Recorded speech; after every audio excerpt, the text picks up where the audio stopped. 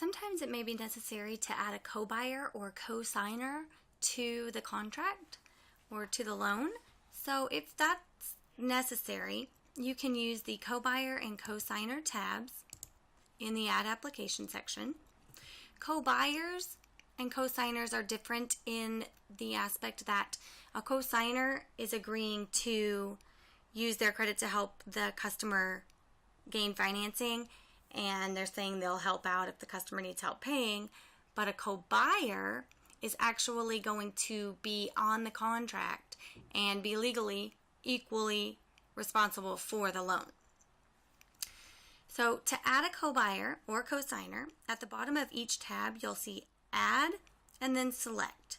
Cobuyers and cosigners may be previous clients or customers of yours. They may be previous references.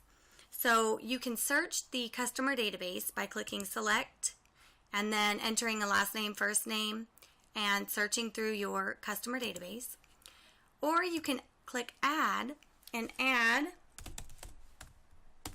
the information for the cobuyer.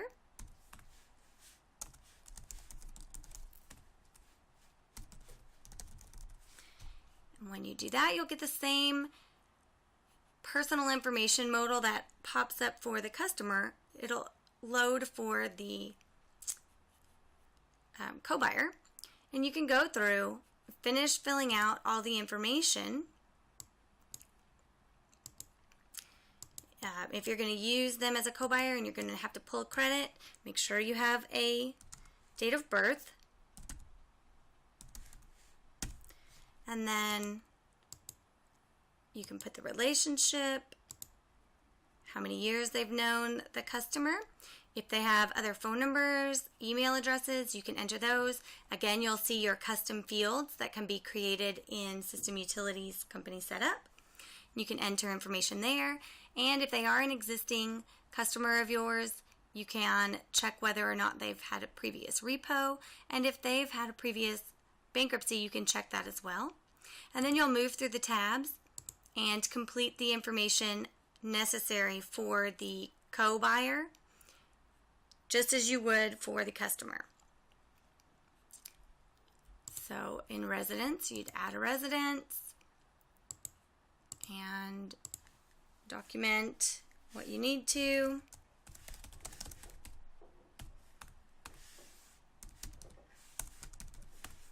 Then go to the Landlord tab.